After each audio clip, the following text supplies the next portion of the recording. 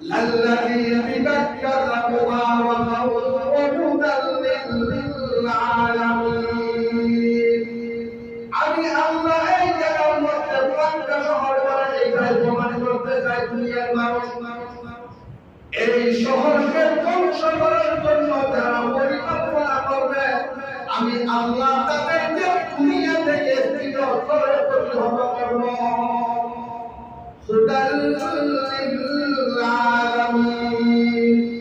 মুবারক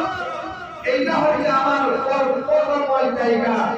মুদাল্লিল আলামিন আমরা এটা হচ্ছে পুরো দুনিয়ার জন্য হেদায়েতের পথে এই মক্কা শহর এই জন্য বলেছে আল্লাহ পাক মক্কাকে যেন কেউ এইটাকে ধ্বংস করার জন্য প্রতিরোধ করার জন্য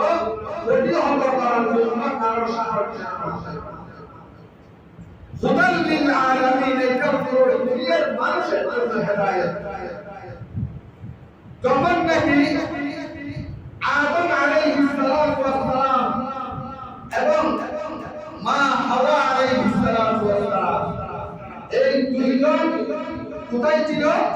জান্নাতে কোথায় ছিল তারা জান্নাতে বসবাস করতেন আল্লাহ পাক তাদেরকে বলে দিয়েছে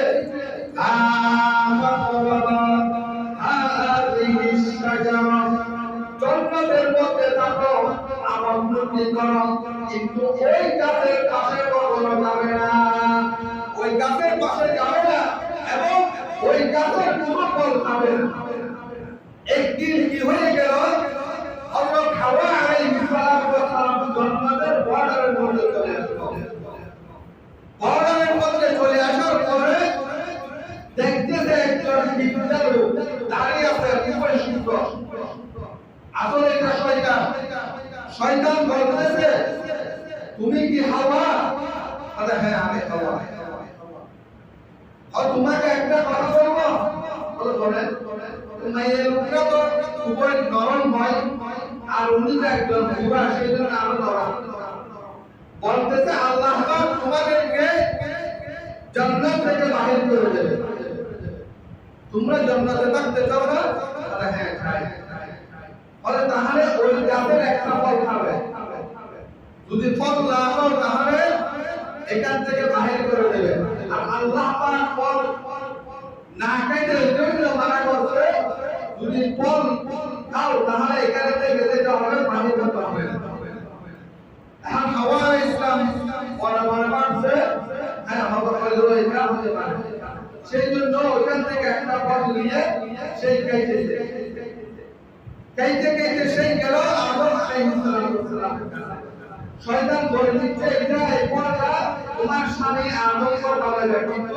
ওনাকে ফলের ব্যাপারে কোনো কথা বলবে না তখন ওনার কাছে ফলটা তখন নিয়ে গেল উনি ফলটা খেয়ে ফেলল এখানে কি আদম আলাইহিস সালামের দোষ আছে এখানে আদম আলাইহিস সালামের দোষ আছে কোনো দোষ নাই আহলে সুন্নাহ ওয়াল জামাতের আকীদা ওয়া মা'সিয়াতুর রাসূল সমস্ত রাসূল হচ্ছে বিশ্বাস সমস্ত নবীরা হচ্ছে বিশ্বাস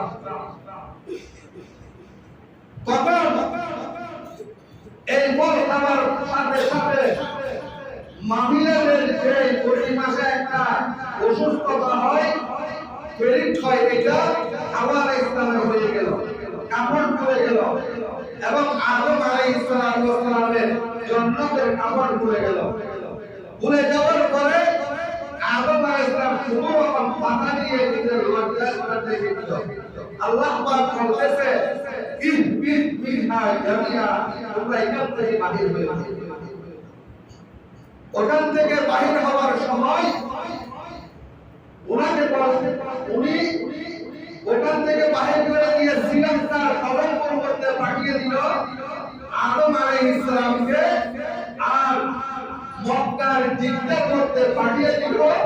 হাওয়া আলাইহিস সালামকে হাওয়া আলাইহিস সালামের কবর হচ্ছে জিদ্দার মধ্যে রবিল একটা জায়গা আছে এটা সূরত বলদের আগে তখন আদম আলাইহিস সালাম আল্লাহর কাছে দোয়া করতেছে দোয়া করতে আছে রব্বানা যালামনা আনফুসানা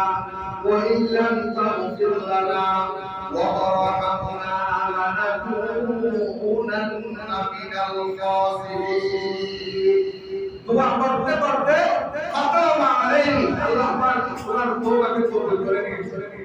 কবুল করে নেওয়ার পরে জিদ্দাকে বলা হয় জিদ্দা এই শব্দটা আসছে জাদ্দা থেকে জাদ্দা শব্দের অর্থ হচ্ছে দাদা দাদি তো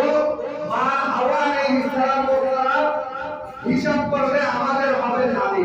এটা আমাদের মুসলমানদের একবার হিসাবে আমরা ওনাকে মা বলি আদম আলাইহিস সালামকে আদি বলি এই জাদ্দা এটা জিদ্দা যেটা আছে এটা জাদ্দা শব্দ থেকে আসছে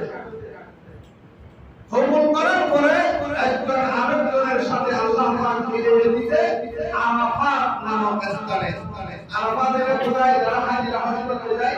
আরাফাত ময়দানে আরাফাকে নাম বলা হয় আরাফা এই জন্য বলা হয় একজন আরেকজনের সাথে এখানে জিনা হয়েছে জড়িত হয়েছে সেই জন্য আরাফাকে